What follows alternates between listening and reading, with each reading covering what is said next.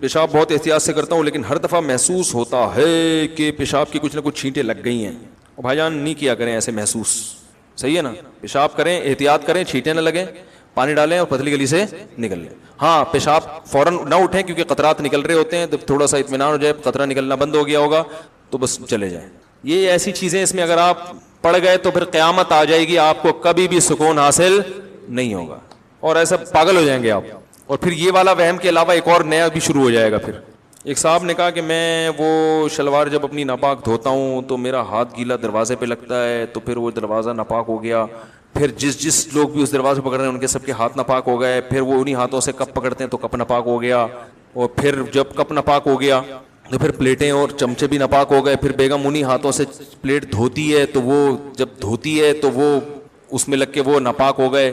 میں نے کہا بھائی جان اگر لوگوں کو پتہ چل گیا, میں بھی نفسیاتی ہو گیا کیونکہ ایسی باتیں سننے سے بھی آدمی پاگل ہوتا ہے, تو میں نے کہا ایسی باتیں سن کے مجھے عجیب سا کچھ ہو رہا ہے, اور اگر مجھے کچھ ہو گیا اور میں ڈاکٹر کے پاس چلا گیا اور لوگوں کو پتہ چل گیا مفتی صاحب نفسیاتی ڈاکٹر کے پاس, میں نے کہا میرا بیان ہو جائے گا. میں بولیں گے تو خود بیچارہ کس کے پاس جا رہا ہے نہیں تو ہمیں کہاں سے. تو میں نے کہا میں اپنے آپ کو اس بیماری سے بچانا چاہتا ہوں, اور میں نے کہا میرے پاس اس کا علاج ہے 2 تھپڑ.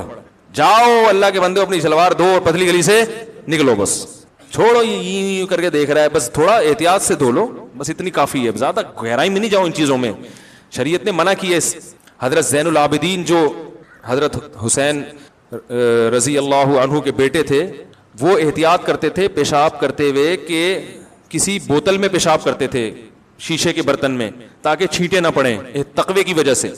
خود ہی پھر کچھ دنوں میں انہوں نے یہ عمل چھوڑ دیا. انہوں نے کہا جو مجھ سے بہتر تھے محمد صلی اللہ علیہ وسلم, انہوں نے یہ احتیاط نہیں کیا تو میں کیوں کروں. یہ بس چھینٹوں سے احتیاط جتنی ہو سکے بچنے کی کوشش کریں. سخت جگہ پہ ایسا نہ کریں پیشاب بالکل جو ایک دم سے چھینٹیں ہیں. تو فقہاء نے لکھا ہے کہ تھوڑی بہت اگر بالفرض باریک سی چھینٹیں پڑ جائیں گی تو وہ کیا ہیں, معاف ہیں. وہ جو میں نے ابھی اتنی ڈیٹیل سے اس کے دلائل سے بات کی ہے. Thanks for watching. Don't forget to like, comment, share and subscribe to Mufti Tariq Masood Speeches channel.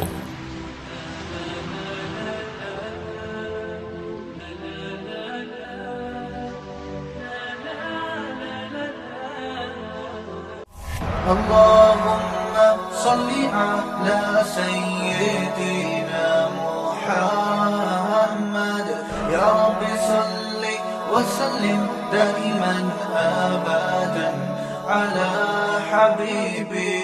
تو اب فقہاء نے کیا بیان کیا, کیونکہ زنا کی سزا بہت سخت ہے, تو 4 مرد ہوں گے, اس میں عورت کی گواہی بولو نہیں چلے گی, اس لیے کہ اس میں تھوڑا سا امکان ہے, تھوڑا سا امکان, کیونکہ خواتین کی عادت ہے کہ جب کسی کو بدنام کرنا چاہتی ہیں سب سے بڑا حربہ ان کے پاس فحش الزام لگانا ہوتا ہے. یہ میاں بیوی کے جھگڑوں میں ہمیں بہت دیکھنے کو ملتا ہے, میاں بیوی کے جھگڑوں میں, کہ جب مسئلہ ہوگا نا فوراً میرا میاں, کیونکہ اس الزام کو لوگ جلدی قبول کر لیتے ہیں. لوگ کہتے ہیں اس کی بیوی ہے, یہ گھر کے حالات زیادہ جانتی. میں نہیں کہہ رہا ساری عورتیں ایسا کرتی ہیں, اور جو بیان سن رہی ہیں وہ تو بالکل کبھی بھی نہیں انہوں نے ایسا کیا. میں صرف یہ کہہ رہا ہوں کہ فحش الزام لگانے کے معاملے میں مردوں میں کی بجائے عورت میں یہ الزام کا ریشو زیادہ ہے. یعنی مرد بھی فحش جھوٹے الزام لگا سکتے ہیں, مگر عورتوں میں یہ والے الزام لگانے کا ریشو مردوں سے زیادہ ہے. جب بدنام کرنا ہوگا یہ بندہ ایسا ہے, یہ یوں ہے, یہ یوں ہے, اس میں بعض دفعہ صحیح بھی الزام ہوتے ہیں لیکن بہت دفعہ غلط الزام بھی ہوتے ہیں. تبھی نبی صلی اللہ علیہ وسلم جب عورت کو بیعت کیا کرتے تھے تو آپ ان سے یہ ایگریمنٹ لیتے کہ وَلَا يَأْتِينَ بِبُهْتَانٍ يَفْتَرِينَهُ بَيْنَ أَيْدِيهِنَّ وَأَرْجُلِهِنَّ, کسی پر کبھی زندگی بھر فحش الزام نہیں لگاؤ گی. سمجھتے ہو؟ تو اس لیے یہاں شریعت نے مجرم کو فائدہ پہنچانے کے لیے کہ اس پہ سزا ٹلے, یہاں شریعت نے کہا کہ مرد گواہی دے گا تو مانا جائے گا, عورت کی گواہی یہاں معتبر نہیں. حالانکہ ہو سکتا ہے عورت سچ بول رہی ہو, لیکن معیار کو اونچا کرنے کے لیے اسلام نے کیا قانون بنایا کہ مرد گواہی دے گا.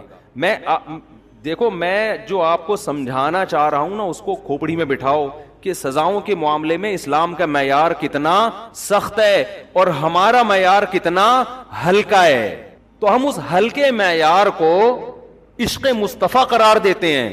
تو یہ قرآن و سنت سے آگے نکلنے کی کوشش ہو گئی کہ نہیں ہو گئی؟ پولیس کا کیس ہے میرے بھائی, ایسے سمجھنے والی باتیں نہیں ہیں.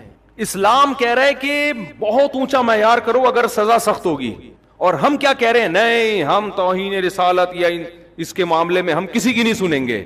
اور ایسے ایسے نعرے ایجاد کیے ہوئے ہیں نا, وہ میں نعرے بتاؤں تو پھر ایسا نہ ہو کوئی کسی خاص تنظیم پہ جا کے فٹ کرتے کہ یہ نعرے تو یہ لوگ لگا رہے تھے, تو خامخواہ کی دشمنیاں. نعرے ہی غلط ہیں, جو نعرے ایجاد کیے گئے ہیں نا وہ نعرے ہی کیا ہیں, وہ شریعت کے خلاف ہیں. تو اس لیے زیادہ فنٹر بننے کی کوشش مت کرو. تو اسلام کیا کہتا ہے, 4 گواہ ہوں گے, وہ کیا ہوں گے, مرد ہوں گے. فقہا پھر آگے بیان کرتے ہیں, کیونکہ حدیث میں آتا ہے ادرؤوا الحدود ما استطعتم, جتنا ممکن ہو حد کو ساقط کرو, یعنی جب تک پورا ثبوت نہ ہو جائے. اسی وجہ سے حضرات فقہا نے پھر اجتہاد کیا اسی حدیث کی روشنی میں کہ 4 گواہوں کو بلایا جائے گا. جب وہ گواہی دیں گے ان کے جرح ہوگی کہ یہ صحیح بھی ہیں, ایسا تو نہیں ان کا کہ اس سے کوئی دشمنی چل رہی ہو, قرضہ نہ دے رہے ہو, اس پہ اس وجہ سے الزام لگا دیا. تو اس کو کہتے ہیں جرح. عدالت جرح کرے گی, صحیح طرح سے پرکھے گی کہ ان کا کوئی ذاتی مفاد تو نہیں ہے. پھر جرح کرنے کے بعد جب عدالت کو یقین ہو جائے گا یہ 2 نمبر لوگ بھی نہیں ہیں, جھوٹے بھی نہیں ہیں, ان کا کوئی ذاتی مفاد بھی نہیں ہے, ایسا بھی نہیں ہے کہ کوئی ذاتی دشمنی ہو, کوئی سالے والے ہوں وغیرہ وغیرہ, تو پھر عدالت کیا حکم دے گی کہ رجم کی سزا میں حکم دیا جائے گا سب سے پہلے سزا پتھر آپ نے پھینکنے ہیں. جو گواہ ہے نا ان کو کہا جائے گا سب سے پہلا پتھر کس نے مارنا ہے, آپ نے مارنا ہے. اس لیے کہ اگر ان کے دل میں ذرہ برابر بھی چور ہوگا نا تو یہاں ان کے ہاتھ کانپ اٹھیں گے سزا دیتے ہوئے کہ یار ہم بے گناہ کو مار رہے ہیں. اگر وہاں یہ رک گئے کہ نہیں جی ہم نہیں, تو یہ اس کی علامت ہوگی, ایک شک پیدا ہو گیا کہ شاید یہ کیا کر رہے تھے, جھوٹ بول رہے تھے. اس کا فائدہ کس کو پہنچایا جائے گا, مجرم کو پہنچایا جائے. اور بھی بہت ساری شرطیں ہیں جو ابھی میں بیان کروں گا تو پورا ٹائم اسی میں لگ جائے گا. اصل مقصد اسلام کا فلسفہ سمجھانا ہے کہ جہاں سزا سخت ہوگی اس کے ثبوت کے لیے معیار بہت زیادہ اونچا ہو جائے گا, سخت ہو جائے گا. اس میں آپ جذباتی پن پہ آ گئے نا, اگر کہ اس کو عدالت نے کیوں بری کر دیا, اس کو عدالت نے کیوں بری کر دیا, یہ تو توہین کا مرتکب تھا تو عدالت نے بری کر دیا. آپ اگر عدالت کو کہتے ہو نا یہ عدالتیں 2 نمبر ہیں, تو قوم کو بھی آپ 1 نمبر نہیں کہہ سکتے کہ ان کا بھی کوئی بھروسہ نہیں ہے کہ انہوں نے جس پر مقدمہ ڈالا وہ واقعی مجرم ہے بھی یا نہیں ہے, ان کا بھی کوئی بھروسہ نہیں ہے. آگے چلتے ہیں ہم. آگے قرآن کہتا ہے والذین یرمون ازواجہم, ہاں قرآن کہہ رہا ہے اگر فإن لم یاتوا بالشہداء, اگر یہ 4 گواہ نہ لے کر آ سکیں, فجلدوہم 80 جلدہ, تو جنہوں نے گواہی دی ہے الٹا ان کو 80 کوڑے مارو. 2 آدمی چلے گئے عدالت میں گواہی دینے, 3 آدمی چلے گئے کہ اس نے زنا کیا ہے, 4تھا نہیں لا سکے وہ, تو قرآن کیا کہتا ہے الٹا ان کو کیا کرو, 80 کوڑے مارو. کہ جب تمہارے پاس گواہی کا نصاب ہی نہیں تھا تو تمہیں خواہ میں کسی پہ الزام لگانے کی بولو ضرورت کیا تھی. مثال کے طور پر آپ نے کہہ دیا, معذرت کے ساتھ بھی آپ ہے نہیں, آپ نے کہہ دیا یہ چور ہے. یہ کرتے ہیں لوگ نا, اب لوگ آپ سے پوچھ رہے ہیں آپ کے پاس کیا ثبوت ہے, ثبوت تو نہیں ہے میرے پاس لیکن مجھے پتا ہے یہ چور ہے. بھائی جب تمہارے پاس ثبوت نہیں ہے تو تمہیں پھینکنے کی ضرورت کیا ہے بیٹھے بیٹھے. ایک بات خام ایک شرری چھوڑ دی نا معاشرے میں فساد, اب آپ قسمیں اٹھا رہے ہو, اللہ کی قسم مجھے میں یقین سے کہہ رہا ہوں یہ چور ہے. ہم کہیں گے بھائی جتنا اس کے چور ہونے کا امکان ہے اتنا ہی آپ کے جھوٹا ہونے کا بھی امکان ہے. آپ کو اگر یقین بھی ہے آپ جانو آپ کا اللہ سے معاملہ ہے.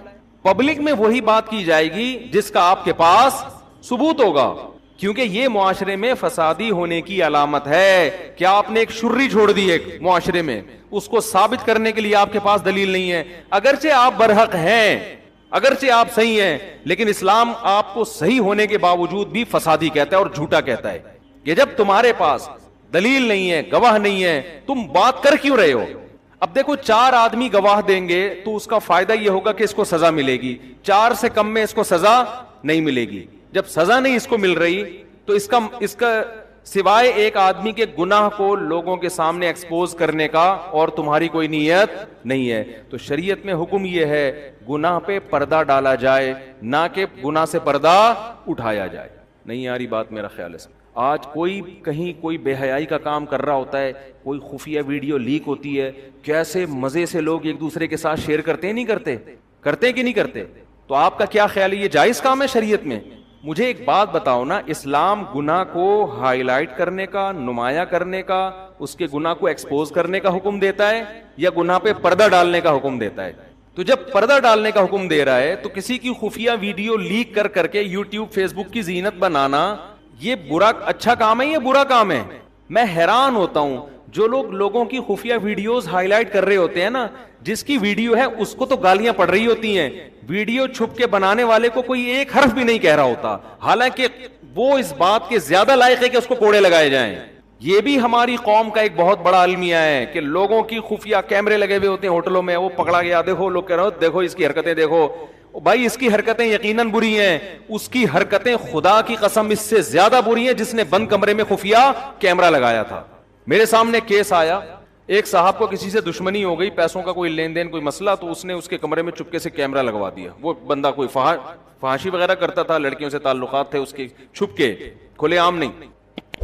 اب اس نے اس کے کہیں نا کمرے میں خفیہ کیمرہ لگوا دیا تاکہ اس کو پکڑ لے کہ دیکھو اس کے لڑکیوں سے کیا ہے ناجائز. وہ کہیں چلی گئی ہوگی کوئی لڑکی وڑکی کوئی فاحشہ, اور پکڑ لیا اس کو, ٹریس کر دیا. اب اس کو بلیک میل کر رہا ہے کہ یہ تیری ویڈیو میں اپلوڈ کر دوں گا. جو مجرم تھا وہ میرے پاس آیا, مجھے کہنے لگا یار میں ٹھیک ہے گنہگار آدمی ہوں, لیکن اس بندے نے, اور وہ بندہ بھی مذہبی تھا جس نے یہ کام کیا ہے, اتنی بڑی داڑھی اس کی, اس بندے نے میرے ساتھ یہ کیا ہے.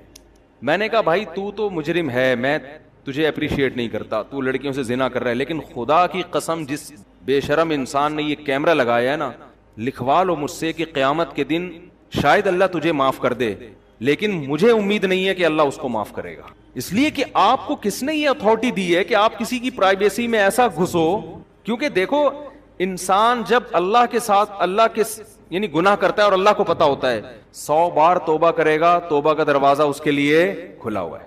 ثم اجتباہ ربہ فتاب علیہ وہدا. قرآن کہتے ہیں آدم سے خطا ہوئی, توبہ کی, بالکل اللہ نے ویسا ہی مقرب بنا لیا جیسے خطا سے پہلے تھے. لیکن جب آپ کا گناہ لوگوں کے سامنے آ گیا, آپ 100 بار اللہ سے, ایک بار اللہ سے توبہ کرو معاف کر دے گا, اب 100 بار بھی توبہ کرو اللہ معاف کرے گا, پبلک کبھی بھی معاف نہیں کرے گی. اور ایسا ذلیل انسان اپنی اولاد کی نظر میں, بیوی کی نظر میں, رشتہ داروں کی, سب کیا اس کی کوئی عزت رہ جائے گی گھر کے اندر؟ کتنی بڑی سزا دے دی آپ نے اس کو. یہ کام ہمارے ہاں مذہب کے نام پہ بھی ہو رہا ہوتا. ہم کہتے ہیں ہم بندے کو نا بتانا چاہتے تھے 2 نمبر ہے 1 نمبر نہیں, اس لیے ہم نے ایکسپوز کر دیا اس کو. تو خوب سمجھ لو, جو چھپ کے تنہائی میں گناہ کر رہا ہے, شریعت میں اس کے گناہ پہ پردہ ڈالنے کا حکم ہے, اس کے گناہ کی اس ستاری کی چادر کھینچنے کی اجازت آپ کو بولو نہیں ہے.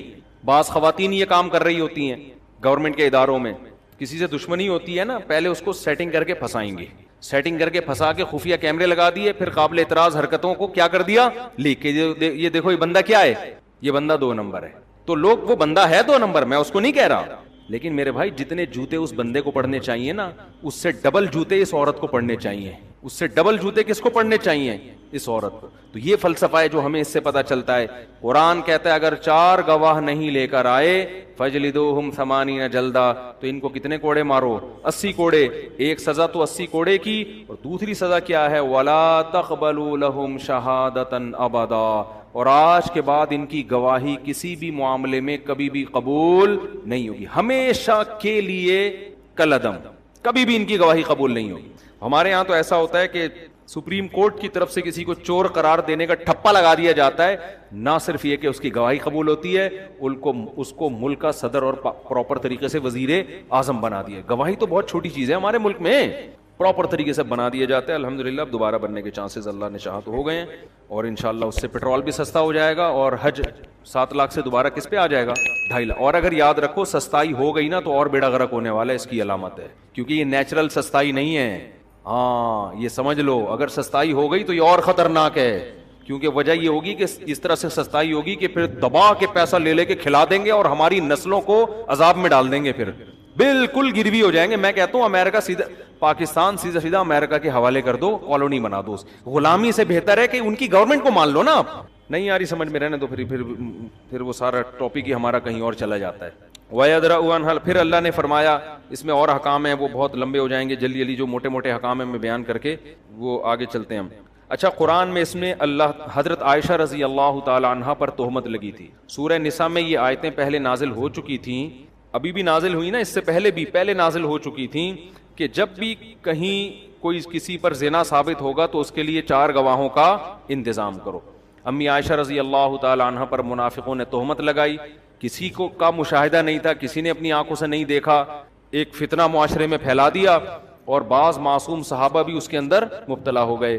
تو قرآن میں پھر نبی حضرت عائشہ رضی اللہ تعالی عنہ کی برات کا اعلان کیا. اس کو واقعہ عفک کہتے ہیں. عفک کہتے ہیں جھوٹ کو, یعنی ایک جھوٹ کا واقعہ.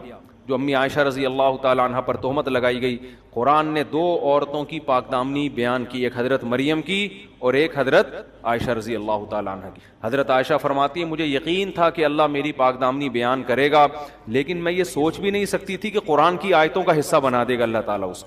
اسی وجہ سے علماء کا اجماع ہے کہ اگر حضرت عائشہ کو کوئی بدبخت معاذ اللہ نقل کفر فاحشہ کہتا ہے تو وہ اسلام سے خارج ہے، کیونکہ قرآن کی کہ پورے 2 رکوع ہیں جن کا وہ انکار کر رہا ہے۔ اور بعض بدبخت آج ایسے ہیں جو اپنے آپ کو مسلمان بھی کہتے ہیں اور حضرت عائشہ پر تہمت بھی لگاتے ہیں۔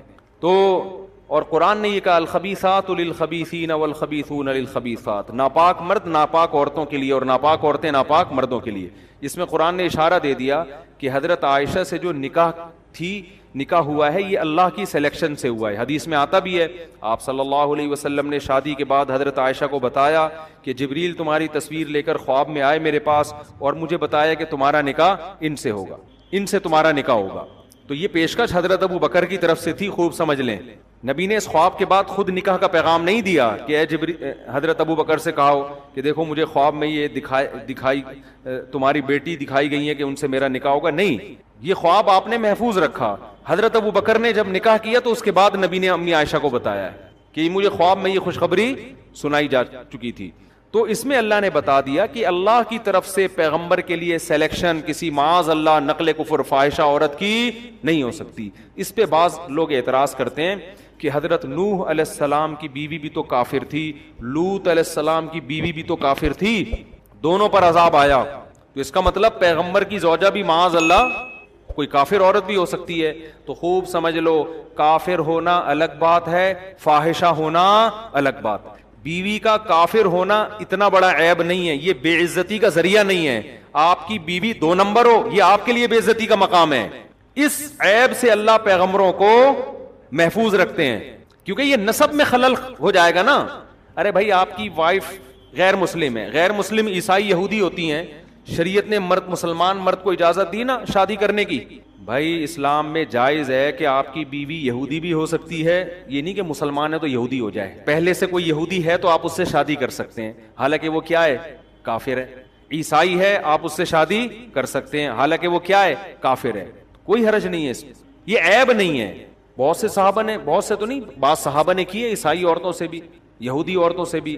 حضرت حذیفہ نے جب ایک یہودی عورت سے نکاح کیا تو حضرت عمر نے حکم دیا اس کو طلاق دو۔ انہوں نے کہا حرام ہے تو طلاق دوں، حرام نہیں ہے تو کیوں دوں طلاق بھائی میں؟ انہوں نے کہا مجھے حرام ہونے کا نہیں، مجھے ڈر ہے فاحشہ نہ ہو۔ تو انہوں نے بھی اس بیس پہ ناپسند کیا کہ کہیں فاحشہ نہ ہو۔ جائز نکاح فاحشہ عورت سے بھی ہو جاتا ہے، لیکن یہ عیب کس کے لیے؟ مرد کے لیے۔ اور اللہ پیغمبروں کو عیب سے محفوظ رکھتے ہیں، ان پر کوئی انگلی نہیں اٹھا سکتے۔ یہ توہین ہے نا، اس لیے کہ آپ کی وائف ہے اور ادھر بھی تعلق ادھر بھی تعلق، بچوں کا کیا پتہ چلے گا، پتہ نہیں کس کے بچے پیدا ہو رہے ہیں، نسب میں خلل ہو جاتا ہے۔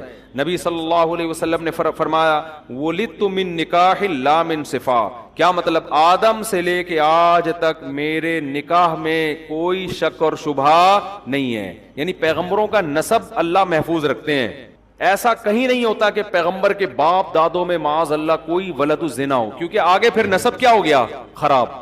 تو نوح علیہ السلام کی بیوی اگر کافر تھی، فاحشہ نہیں تھی، کیونکہ آگے اگر فاحشہ ہوتی تو نوح علیہ السلام کے جو بیٹے تھے حام، سام اور یافس، ان کے نسب میں شک ہوتا کہ نہیں ہوتا کہ یہ پتہ نہیں ان کے ہے بھی کہ نہیں ہے؟ پھر آگے ان کی نسل میں شک، پھر تو ہم سارے کیا ہو جاتے؟ ارے ہم سارے مشکوک ہو جاتے نا، ہم سب کے نسب میں، کیونکہ سب نوح علیہ السلام کی اولاد ہیں، اور پیغمبروں کے نسب میں تو بالکل بے غبار نسب ہوتا ہے پیغمبروں کا۔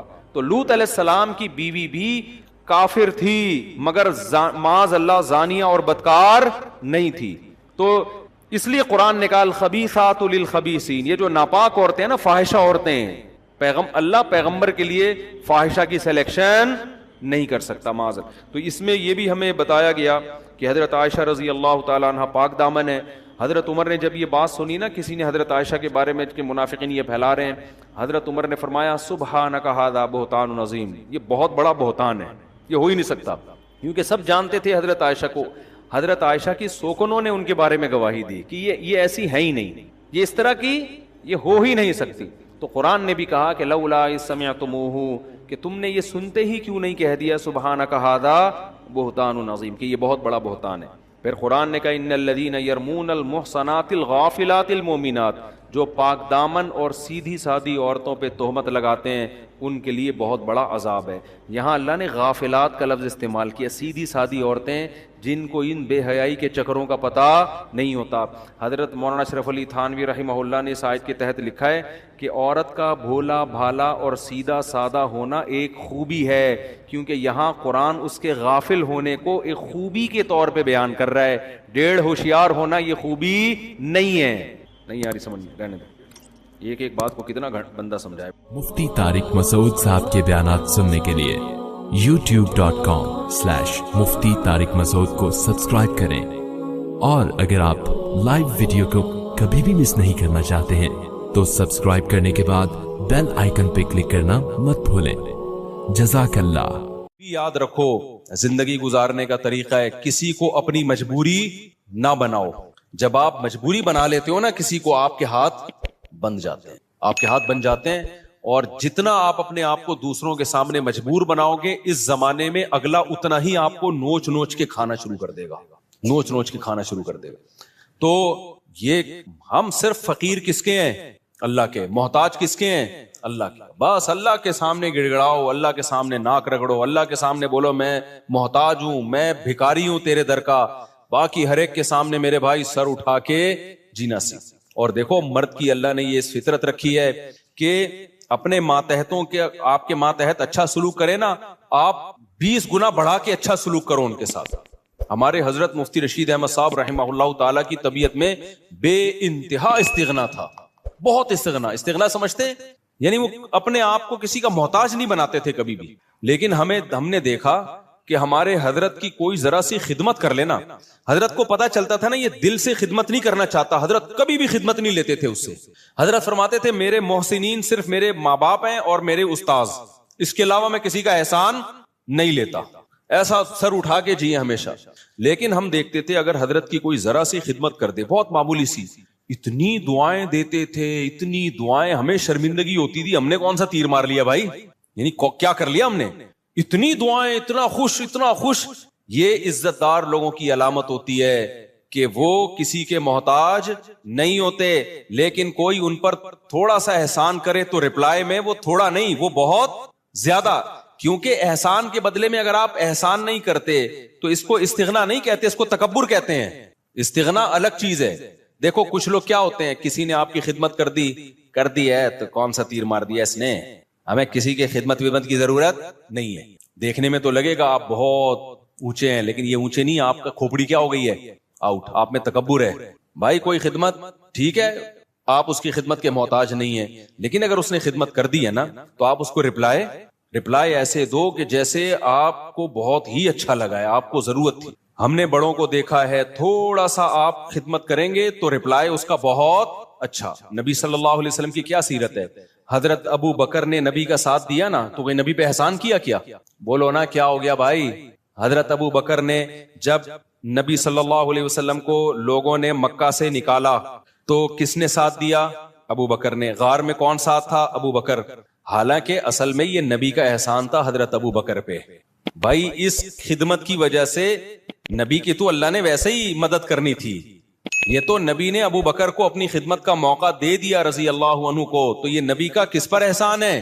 ابے بھائی کوئی اتنے پیغمبر کسی کو اپنی خدمت کرنے دے دیں تو یہ تو پیغمبر کا ان پر احسان ہے، جس سے انسان کو عقیدت محبت ہوتی ہے. انسان کہتا ہے نا مجھے آپ تھوڑی سی خدمت کرنے دے دیں، آپ کا مجھ پر بہت بڑا احسان ہوگا، کہتے ہیں نا لوگ، اور باقی سمجھتے بھی ہیں کہ بھائی اس کو ہماری خدمت کی کیا ضرورت ہے. تو قرآن میں اللہ نے فرمایا بھی کہ اگر تم نبی کی مدد نہیں کرو گے اللہ تو اپنے نبی کی مدد کرے گا، آخری نبی ہے، آپ کا دین تو غالب ہو کے رہے گا. لیکن نبی نے ابو بکر کو کیسا صلہ دیا، فرمایا میں نے ہر شخص کی خدمت کا دنیا میں بدلہ دے دیا ہے سوائے ابو بکر. یہ مبالغہ ہے، ورنہ ایسا کیسے ہو سکتا ہے. نبی کی برکت سے ابو بکر کو ایمان ملا، لیکن آپ صلی اللہ علیہ وسلم نے سکھایا ہے. پھر فرمایا لو کنت متخذا خلیلا لاتخذت ابا بکر خلیلا، اگر میں کسی کو جگری دوست بناتا تو ابو بکر کو بناتا. خلیل کا مطلب بہت ہی، فرمایا میرا خلیل اللہ کے سوا کوئی، خلیل بنانے کی اجازت ہوتی ابو بکر کو بناتا. کتنا اپریشیٹ کیا آپ صلی اللہ علیہ وسلم نے. حضرت معاذ ابن جبل، انہوں نے نبی کی خدمت کی، نبی کا ساتھ دیا جنگوں میں.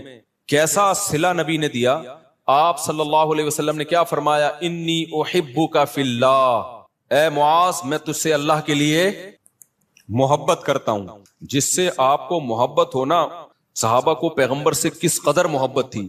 پیغمبر کی زبان سے جب یہ لفظ نکلا ہوگا تو صحابی کی کیا کیفیت ہوئی ہوگی آپ سوچو. جب انہوں نے یہ سنا نا تو رونے لگے. تو کیا یہ نبی اپریشیٹ کر رہے ہیں، حوصلہ افزائی کر رہے ہیں. حضرت خالد ابن ولید رضی اللہ تعالیٰ نے جب جنگ جتوائی ہے تو آپ نے کیا فرمایا؟ سیف من سیوف اللہ، اللہ کی تلواروں میں سے ایک تلوار. یہ نبی کی سیرت سے ہمیں پتہ چلتا ہے کہ نبی کے ساتھ کسی نے تھوڑا کیا تو نبی نے رپلائی میں بہت بڑھا کر اس کا بدلہ دیا ہے. تو اس لیے جو خاندانی لوگ ہوتے ہیں نا، عزت دار لوگ ہوتے ہیں، وہ ہمیشہ سر اٹھا کے جیتے ہیں. وہ کسی کی خدمت کے محتاج نہیں ہوتے. وہ سسرال کے جہیز کے محتاج، بولتے کیوں نہیں بھائی، نہیں ہوتے. وہ نہیں کہتے ہمیں یہ چاہیے، صوفہ چاہیے، بیڈ چاہیے، الماری چاہیے، نہ ہمیں کچھ نہیں چاہیے. ہم عزت دار لوگ ہیں بھائی، ہم خرچہ خود اٹھاتے ہیں. لیکن اب ایسا نہیں ہو. لوگ کیا کرتے ہیں، جہیز کے خلاف بیان سن سن کے نا، یہ بھی مارکیٹ میں اس طرح کے لوگ آ رہے ہیں، جہیز کے خلاف بیان سن سن کے ہمیں کچھ نہیں چاہیے، ہمیں نہیں چاہیے، ہمیں نہ گاڑی چاہیے، ہمیں نہ موٹر سائیکل چاہیے، ہمیں نہ گھڑی چاہیے. ہم عزت دار لوگ ہیں، ہم سسرال کے ٹکڑوں پہ پلنے والے لوگ نہیں ہیں. ٹھیک ہے جی، آپ کی شادی ہو گئی، سسر صاحب نے لا کے کوئی گھڑی گفٹ کر دی، ہمیں نہیں چاہیے، ہم عزت دار لوگ ہیں. اب یہ کیا ہو رہی ہے بھائی آپ کو نہیں چاہیے نا. اب بغیر چاہت کی ایک چیز مل رہی ہے، آپ لیں جے نا، اب آپ کا بہت بڑا احسان ہے. یہ نہیں بولیں سستی والی لا کے پکڑا دی آپ نے مجھے، ٹھیک ہے حضرت یہ بڑی خدمت آپ کی، اللہ آپ کو جزائے خیر دے، ہم تو بہت شکریہ آپ کا. تو اس میں اس کو اپریشیٹ کرنا چاہیے، کیونکہ اس کے سامنے کہنا کہ ہمیں نہیں چاہیے، یہ پھر استغنا نہیں ہے، بلکہ یہ کیا ہے؟ تکبر. سمجھتے ہو کہ نہیں سمجھتے؟ تو بڑا جب کوئی چیز دے تو آپ سینے سے لگائیں اس کو کہیں کہ بھئی بہت بڑی چیز مل گئی. آپ کے ابا، آپ کی اماں آپ کو کچھ گفٹ دے. حضرت مولانا شرف علی تھانوی رحمہ اللہ تعالی کی زوجہ نے ان کے لیے بڑی محنت سے ایک اچکن بنائی. اچکن پتہ ہے کسے کہتے ہیں؟ پہلے زمانے میں ہوتی تھی اچکن ہی ہے نا، کچھ اور میری اتنی دیر میں تو لغت اور چینج ہو جائے گی میرے بھائی. تو ہیں اچکن، کچھ اچکن کہتے ہیں، کچھ وہ نہیں ہوتی ایک وہ پورا چوغا سا پہنا جاتا. اب مولانا تھانوی رحمہ اللہ کا مزاج نہیں تھا ایسی چیزیں پہننے کا، اور ان کے گھر والوں نے اتنی محبت سے اتنی محنت کر کے بنائی تو وہ وہی پہن کے نکل گئے گھر سے باہر. لوگوں نے کہا یہ آپ کیا پہنا ہے؟ انہوں نے کہا یار اتنی محبت سے اس نے بنائی ہے. اب میں یہ نہیں کہہ رہا آپ کی بیگم کچھ بھی آڑا ترچا پہنا دے، آپ دسترخوان پہنا دیا، آپ محبت سے باہر نکل آئے تو لیکن کوئی بھی آپ کے ساتھ تھوڑی سی بھی خدمت کرے تو جواب میں اس کو دعا دینی چاہیے، اس کو بہت زیادہ اپریشیٹ کرنا چاہیے، لیکن محتاج کسی کا انسان بن کے نہ رہے. ایک طرف لوگ بہت زیادہ ٹینشن میں، بچوں کو مارنا پیٹنا، ہر وقت برا بلا کہنا، یا گھر میں ایسا ہر وقت ماحول بنا کے رکھنا، اور ایک طرف گورا ہے اس نے ٹینشن فری بنا دیا. یہ دونوں چیزیں فطرت سے کیا ہے؟ بغاوت. اسلام ہے وَكَذَلِكَ جَعَلْنَاكُمْ أُمَّةً وَسَطًا. اسلام نے کہا نہ ساری خواہشات تمہیں نہیں پوری کرنے دوں گا میں، بہت ساری جگہوں پہ تمہیں اپنی خواہش کو کچلنا پڑے گا. تمہاری وہ لگژری لائف ہو ہی نہیں سکتی جو غیر مسلم کی ہوتی ہے. شراب پینے کا دل چاہے گا نہ، پابندی ہے. بوڑھے ماں باپ کی بات میں کر رہا تھا، وہ ڈانٹتے ہیں ڈپٹتے ہیں، آپ نے برداشت کرنا ہے. اس سے سب سے بڑا فائدہ پتہ ہے کیا ہوگا؟ جب آپ اپنے بچوں کے سامنے اپنے بوڑھے باپ کی برداشت کرو گے تو سمجھ لو آپ کا بڑھاپا اب جنت نہیں آئی. میرا خیال ہے آپ کا بڑھاپا کیا ہے؟ جنت. آپ کا بچہ سیکھے گا بھائی ہماری پرمپرا ہے کہ بڑوں کے سامنے آواز. دیکھو میں 1 گھنٹہ تقریر کروں نا کہ باپ کے سامنے مت چیخو، باپ کی خدمت کرو، خدا کی قسم اس کا 1% شاید اثر ہو جائے.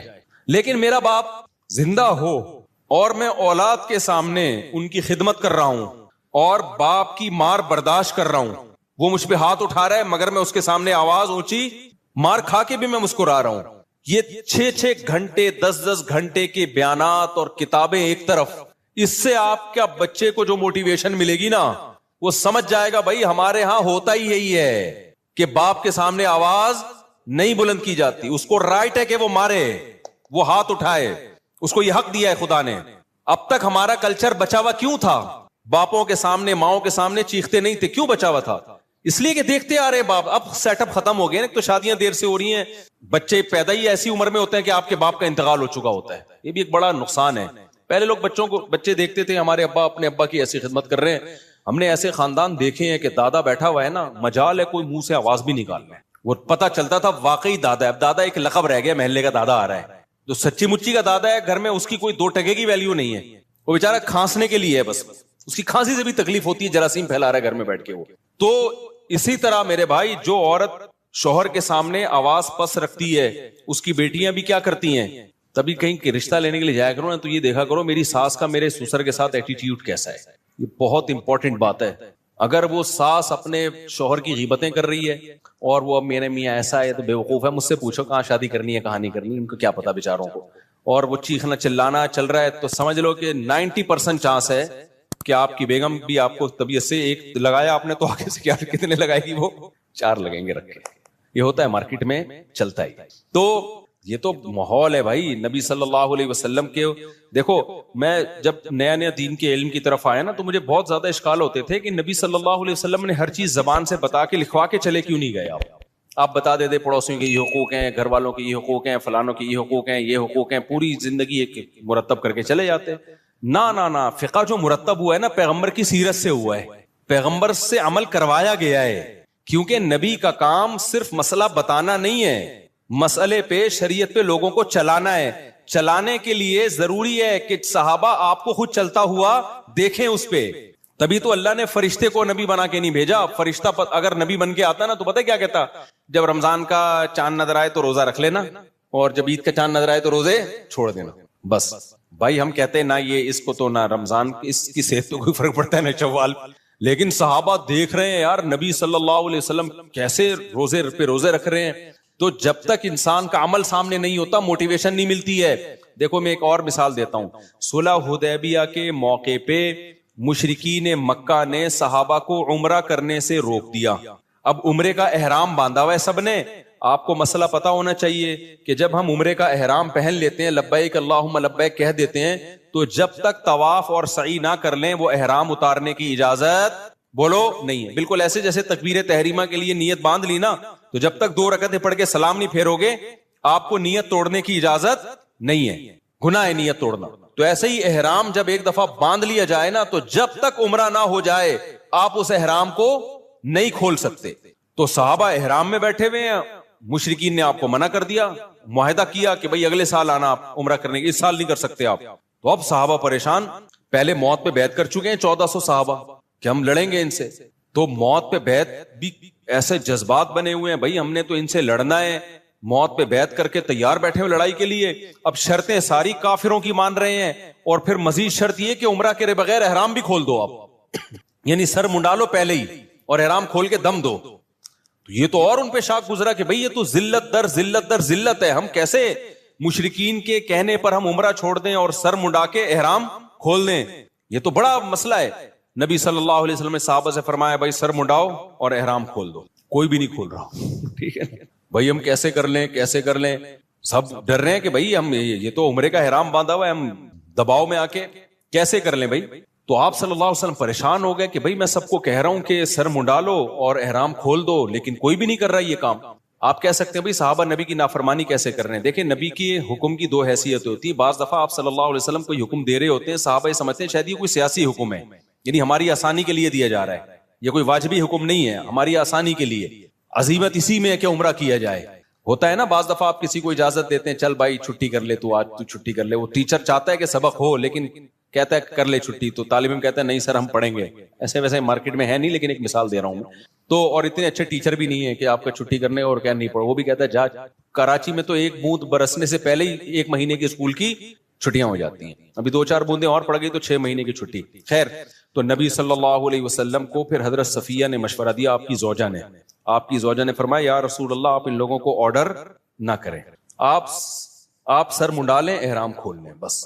تو نبی صلی اللہ علیہ وسلم نے کیا کیا, سر منڈایا, احرام کھول دیا اپنا. جیسے ہی نبی نے کیا سب نے سر منڈا کے کیا کر لیا.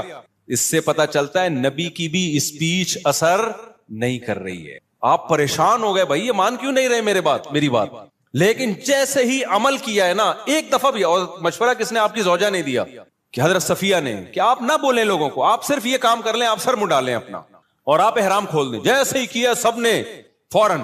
تو اس سے صاف پتہ چلتا ہے بھائی آپ 1-2 گھنٹے کی تقریریں کرتے رہیں اثر نہیں ہوتا.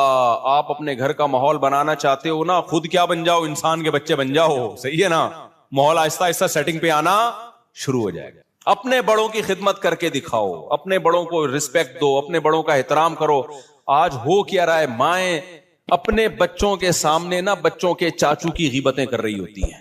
تمہارا تو چاچو ایسا ہے, تمہارا تو باپ ایسا ہے, تمہارے باپ سے. ایک صاحب مجھے کہنے لگے 40 سال ہو گئے میری اپنی بیگم کی خدمت کرتے ہوئے, بیگم بچوں کے سامنے کہہ رہی تھی تیرے باپ نے ہمیں دیا کیا ہے. اچھا بس ختم کر, تمہارے باپ نے جو ہے نا کیا ہمیں کچھ بھی نہیں. تو میں نے کہا پھر آپ کیا جواب دیتے ہیں؟ کہہ رہے میں کہتا ہوں میں معذرت چاہتا ہوں بیگم, میں آپ کی صحیح خدمت, کیونکہ اگر وہ بچوں کے سامنے کہہ دے نا کہ یہ غلط کہہ رہی ہے تو ایک جنگ چھڑ جائے گی. کیا ہو جائے گا؟ بچے دیکھیں گے اما ابا ہمارے دونوں کیا ہیں, فائٹر ہیں. تو وہ صاحب کہتے ہیں میں فائٹ سے بچنے کے لیے کیا کہتا ہوں کہ ایکسکیوز کرتا ہوں, میں نے 40 سال آپ کی خدمت جیسی خدمت کرنی چاہیے تھی کائنڈلی میں وہ خدمت نہیں کر سکا. تو اب پتہ نہیں کون اس میں صحیح تھا کون غلط تھا, واللہ عالم. بہرحال تو مائیں بعض دفعہ یہ کر رہی ہوتی ہیں بچوں کو باپ کے بارے میں تمہارا باپ ایسا, تمہاری, اور باپ بعض دفعہ ماں کے بارے میں تمہاری ماں ایسی. تو خوب سمجھ لو یہ بچہ نہ باپ کا رہے گا اور نہ ماں کا رہے گا. مائیں سمجھ رہی ہوتی ہیں یار ایک اور واقعہ میرے سامنے آیا ہے, خون کے آنسو رونے کا دل کرتا ہے. ایسے واقعات بھی آتے ہیں, ماں بیمار ہوئی ہے نا, اب بچہ ماں کی زیادہ خدمت کر رہا ہے تو باپ کو غصہ آ رہا ہے. باپ بیمار پڑا ہوا ہے, بچہ باپ کی بہت خدمت کر رہا ہے تو ماں کو غصہ آ رہا ہے کہ کیوں ابا کو اتنا کیوں فری کرایا ہوا ہے. بس اعتدال سے رہو, زیادہ غلام بننے کی کوشش. یار تو اپنا بڑھاپا دیکھ لے بھائی. جو بچہ تیرے شوہر کی خدمت کر رہا ہے بیماری میں, جس کو تو کہہ رہی ہے مکھن لگا رہا ہے, چاپلوسی کر رہا ہے, چمچا بنا ہوا ہے, تو خوش ہونا چاہیے کہ کل وہ تیری بھی کرے گا ایسی خدمت. اس کو اس سے باغی بنا رہی ہیں. کتنا بڑا جرم ہے یار, کیسے بے وقوف لوگ ہیں کہ نہیں ہیں. تو اس لیے صبر کا مطلب کیا ہے؟ اللہ نے جو کہا نا کہ صبر کرو, صبر, ان الانسان خلق ہلوعا, انسان جلد باز ہے, اس میں صبر نہیں ہے. تو یہ جو غیر مسلموں میں بے صبری پیدا ہوئی ہے نا, خودکشیاں, وجہ اس کی یہ کہ ان کی زندگی میں پابندیاں ختم. جب پابندیاں ختم تو یہ ان میں صبر کا مادہ ہی ختم ہو جاتا ہے. ذرا سی ٹینشن آئی, اور ٹینشن ان کی ریلیشن خراب والی ٹینشن ہوتی ہے. سب مادہ پرست بن گئے ہیں, ذرا سا پیسہ گیا تو سب کچھ گیا. یار بچہ 18 سال کا ہوتا ہے تو باپ کہتا ہے کہ کرایہ دے میرے گھر میں رہنے کا. سمجھ رہے, بچہ 18 سال کا ہوا نا تو باپ کہتا ہے تیرے باپ کا گھر نہیں ہے, ٹھیک ہے, کیا دے گا؟ کرایہ دے گا. اتنی مادہ پرستی جو سوسائٹی میں آ گئی ہو تو خودکشیاں نہیں ہوں گی کیا وہاں پہ؟ ریلیشن صرف کتے سے اور پیسے سے بس. تو میرے بھائی اپنے سسٹم کو بچاؤ. اللہ نے ہمیں بہت ساری پابندیاں لگائی ہیں, بہت ساری ٹینشنیں دی ہیں. نظر کی حفاظت کی ٹینشن, باپ اور ماں کی برداشت کرنے کی ٹینشن, بیوی کی کڑوی کسیلی برداشت کرنے کی ٹینشن. عورت کو حکم دیا, شوہر الٹا سیدھا ہے, کوئی بات نہیں بھائی, میاں ہے نا سرپرست ہے, تھوڑا سا برداشت کر لو. غلط کیا اس نے تھپڑ لگا کے, لیکن لگا دیا تو آگے سے رپلائی مت کرو ورنہ تمہارا ہی نقصان ہوگا اس میں. تو یہ جو پھر رمضان کے روزوں کی ٹینشن, شراب سے بچنے کی ٹینشن, یہ بہت ساری ٹینشنیں کیا کرتی ہیں, ہمارا جو امیون سسٹم ہے اس کو کیا کر دیتی ہیں, بوسٹ. پھر کبھی زندگی میں کوئی ٹینشن آئی تو اتنی ساری ٹینشنیں جھیلی بھی ہوتی ہیں کہ یہ ٹینشن ہمیں ہلکی لگتی ہے. بالکل وہ ایک جو بدماش تھا نا, سعودیہ کے جیل سے چھوٹ کر آیا, مجھے اپنا واقعہ بتا رہا تھا. انڈیا میں بڑی بدماشیاں اس نے کی ہیں. کہہ رہا میں نے انڈیا میں اتنی جیلوں میں مار کھائی ہے کہ ایک دفعہ سعودی عرب میں پکڑا گیا تھا تو جب وہ مجھے مار رہے تھے تو مجھے ایسا لگ رہا تھا گدگدیاں ہو رہی ہیں. میں نے اس کو پوچھا نا یار تجھے اتنا مارا, تو نے راز اگلا کیوں نہیں؟ وہ اپنی کمپنی کو بدنام نہیں کرنا, وہ یہ نہیں بتا رہا تھا میں فلاں کمپنی کا آدمی ہوں. کمپنی سے وفا کی اس نے. دیکھو اس نے کہا کہ اگر میں نے بتا دیا نا فلاں کمپنی کا ہوں تو کمپنی کا تو قصور تھا نہیں, لیکن کمپنی بدنام ہوتی, اس کا کاروبار بیٹھ جاتا. کہتا ہے میں نے کہا میں کمپنی کا ملازم ہوں, مار کھاؤں گا, کمپنی کو بدنام نہیں کروں گا. جو میری غلطی ہے میری ہے, میں کمپنی پہ کیوں ڈالوں؟ اتنی مار کھائی, اتنی مار کھائی, لیکن منہ سے اگلا نہیں. میں نے کہا کیسے برداشت کر رہے ہم عادی ہیں. لیکن اس کا فائدہ کیا ہوا برداشت کا؟ کمپنی کے اونر کو جب پتا چلا نا یار اس نے اتنی مار کھائی, ہماری کمپنی کو بدنام نہیں کیا, انہوں نے کمپنی نے اس کو پارٹنر بنا دیا اپنا. اب وہ ارب پتی ہے, وہ کروڑ پتی ہے. وہ سمجھتے نہیں ہو میرا خیال ہے بات. تو یہ جو میرے بھائی اسلام کی پابندیاں ہیں یہ آپ کو کیا کر دیتی ہیں, اسٹرانگ کر دیتی ہیں, مضبوط بنا دیتی ہیں. غموں کو جھیلنا آپ کے لیے آسان. اس لیے انسان کے بچے بن کے جو شریعت کی پابندیاں ہیں اس کو فالو کرو. وقت چونکہ پورا ہو گیا ہے, مجھے اندازہ ہی نہیں تھا